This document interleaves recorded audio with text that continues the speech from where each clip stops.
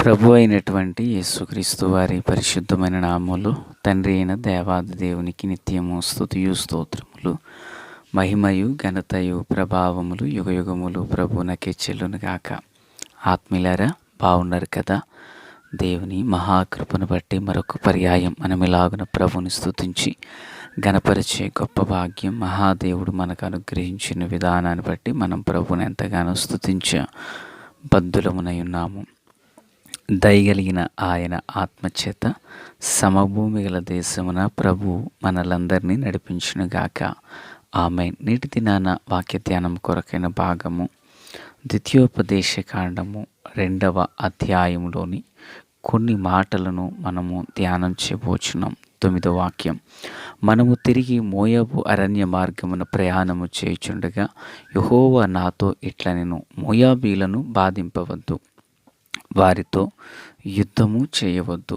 లోతు సంతానమునకు 6 దేశమును స్వాస్థ్యముగా ఇచ్చి తిని, వారి భూమిలో ఏదియు మీకు స్వాస్థ్యముగా ఇయ్యను. ప్రార్థన. మహాపరిశుద్ధుడా, ప్రేమగల తండ్రి, కృపగల దేవా, స్తోత్రాలు.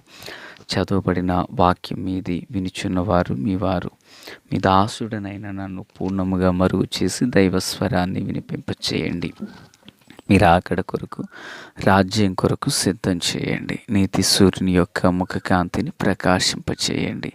క్రీస్తు యేసునందైన కృపా మహదైశ్వర్యంలో ప్రతి అక్కరత అవసరాలన్నీ తీర్చమని, మహిమ పొందమని యేసయ్య నామమున ప్రార్థించిన మనవులన్నీ పొందియున్నామని నమ్ముచున్నాము మా పరమ తండ్రి.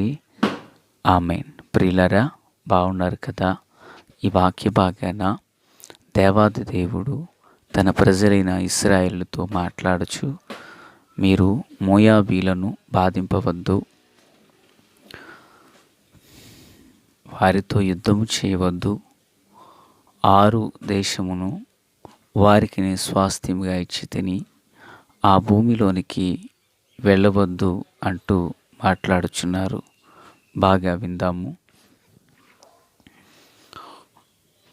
మోయాబీలను గూర్చినటువంటి వృత్తాంతము మనము బాగుగా ఎరిగి ఉన్నవారమే. వీరు లోతు యొక్క సంతానీయులు. ప్రియులారా, ఈ లోతు తన పెద్ద కుమార్తెకు పుట్టినటువంటి వ్యక్తులే ఈ యొక్క మోయాబీలు. మోయాబును గూర్చినటువంటి ప్రస్తావనలు లేఖనములో అనేక చోట్ల ఉన్న, నిజానికి వారి విషయంలో జాగ్రత్తగా ఉండండి అంటూ ప్రభు మాట్లాడారు.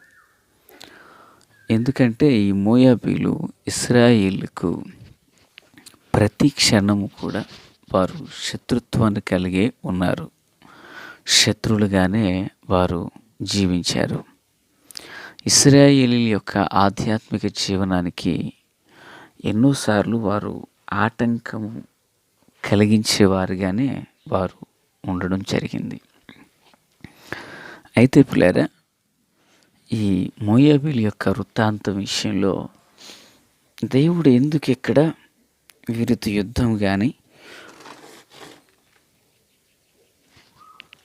చేయొద్దు, బాధింపవద్దు, వారి పొలిమేరల్లో కూడా అడుగు పెట్టొద్దు అంటూ ప్రభు మాట్లాడుతున్నారు.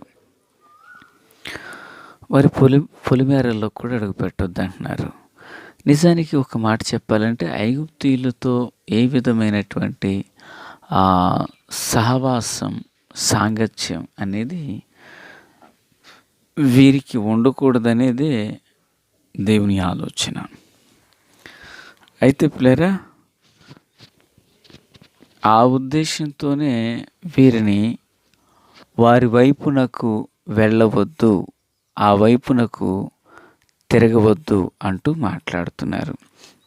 నిజానికి మోయాబీలతో సహవాసం, మోయాబీలతో సాంగత్యం ఎలా ఉంటుంది అంటే, ఒక మాట చూపిస్తున్నాను రండి పిల్లరా. రాజులు మొదటి గ్రంథం 11వ అధ్యాయం 7వ వచనంలో, సొలొమోను కెమోషు అను మోయాబీల హేయమైన దేవతకును, మెలకు అను అమ్మోనీల హేయమైన దేవతకును యెరూషలేము ఎదుటున్న కొండలలో అతడు గుడులను కట్టించారు. అంటే వీటితో సహవాసం చేసినటువంటి ఈయన చిట్ట చివరికి ఏమయ్యారంటే అంతా వ్యర్థం అని చెప్పి వ్యర్థుడిగా మిగిలిపోయాడు. వింటున్నారు ప్లేరా? ఒకప్పుడు ఈయన ఎవరు, మన యొక్క సొలొమోను గారు ప్రపంచమంతటిలో గొప్ప జ్ఞానిగా ఎంచబడ్డాడు కదా, మహాజ్ఞానిగా ఎంచబడ్డాడు కదా. ఇంత మహా గొప్ప జ్ఞాని ఒకానొక రోజున అన్య దేవతలతోనూ అన్య జనులతోనూ సావాసం చేశాడు. వారి సావాసం, వారి దేవత ఆరాధన అతడిని ఆధ్యాత్మికమైన బలహీనుని చేసి, జ్ఞానంలో గొప్పవాడు కావచ్చు, తెలివిలో గొప్పవాడు అయి ఉండొచ్చు, వివేకములో గొప్పవాడై ఉండొచ్చు, తన తండ్రి రాజ్యాన్ని నెలకొల్పి విస్తరింపచేయుటలో మహానుభావుడిగా పేరు ప్రఖ్యాతులు గడించిన వాడే. కానీ అన్య దేవతల సావాసాన్ని కలిగి అతడెంతో నష్టపోయినట్లుగా చూస్తున్నాం. ఎందుకంటే మనం ఆరాధన చేసే దేవుడు భూత భవిష్యత్ వర్తమాన కాలాలను ఎరిగినవాడు. ఇప్పుడు ఆ మహాదేవుడు ఈయనను గూర్చినటువంటి వృత్తాంతాన్ని ఎరిగిన దేవుడు.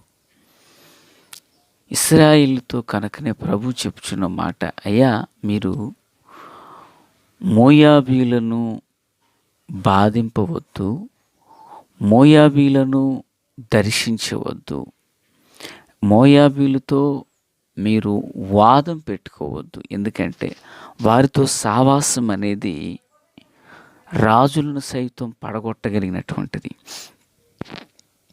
ఆత్మీయులారా, ఈరోజు మన ఆత్మీయ జీవితంలో ఒక విషయాన్ని గుర్తుపెట్టుకుందాం. ఈరోజు మోయాబీలంటూ మనకెవరూ లేరు, కానీ మోయాబీల యొక్క ఆత్మ లోకంలో ఉంది. వింటున్నారు కదా? మోయాబీలు ఎవరు లేరు, కానీ మోయాబు యొక్క ఆత్మ బలంగా లోకంలో పనిచేస్తుంది. ఆనాడు సొలొమోను సైతం ఎలాగను పడగొట్టిందో, ఈనాడు కూడా అది లోకంలో పనిచేస్తూనే ఉంది. కనుక దేవుని పిల్లలమైన మనము ఈ మోయాబు యొక్క ఆత్మను జయించేవారిగా ఉండాలి. దేవుడు ఎందుకు వారి పొలిమేరలు తీసుకు దాటొద్దు, ఎందుకు వారి వైపునకు మీరు తిరగొద్దు అంటున్నాడంటే, వారితో సావాసం, వారితో సాంగత్యం, వారితో నడిచే విధానం ఆత్మీయులను సైతం మట్టి కరిపించేదిగా ఉంటుందన్నమాట. ఆత్మీయులను సైతం అది పడగొట్టేస్తుంది.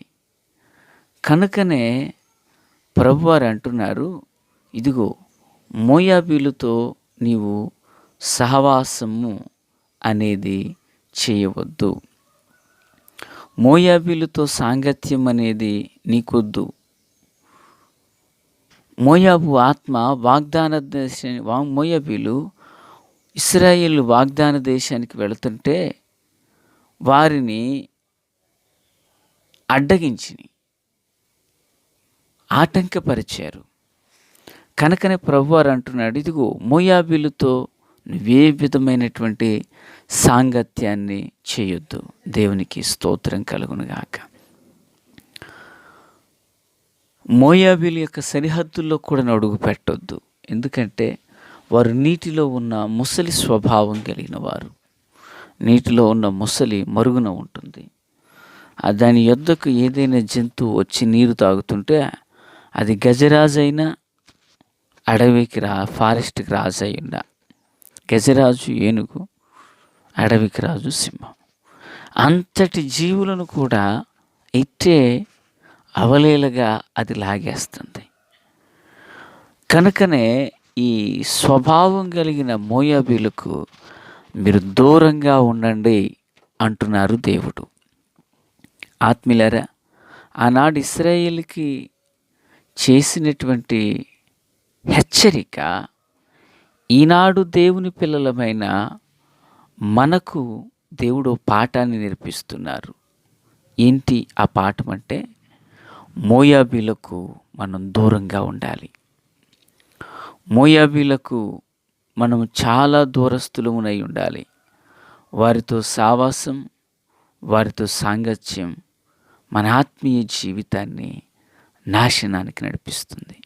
కనుక దేవుని పిల్లారా, క్రీస్తునందు నాకు అత్యంత సన్నిహితులారా, సర్వాధికారి అయిన దేవుని పిల్లలమైన మన జీవితంలో మోయాబీలకు దూరస్థులమునై ఉందాం. దేవుని కృపను సమృద్ధిగా ఆస్వాదిద్దాం. ప్రభు ఆశీస్సులు మనందరికీ తోడై ఉండి నడిపించునుగాక.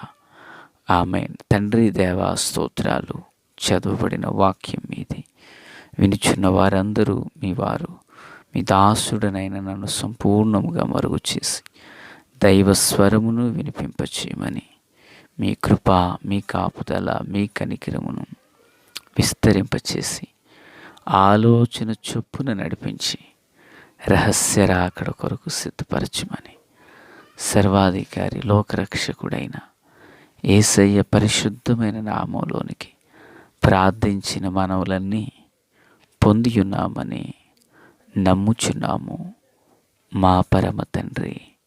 ఆమేన్. Praise the lord.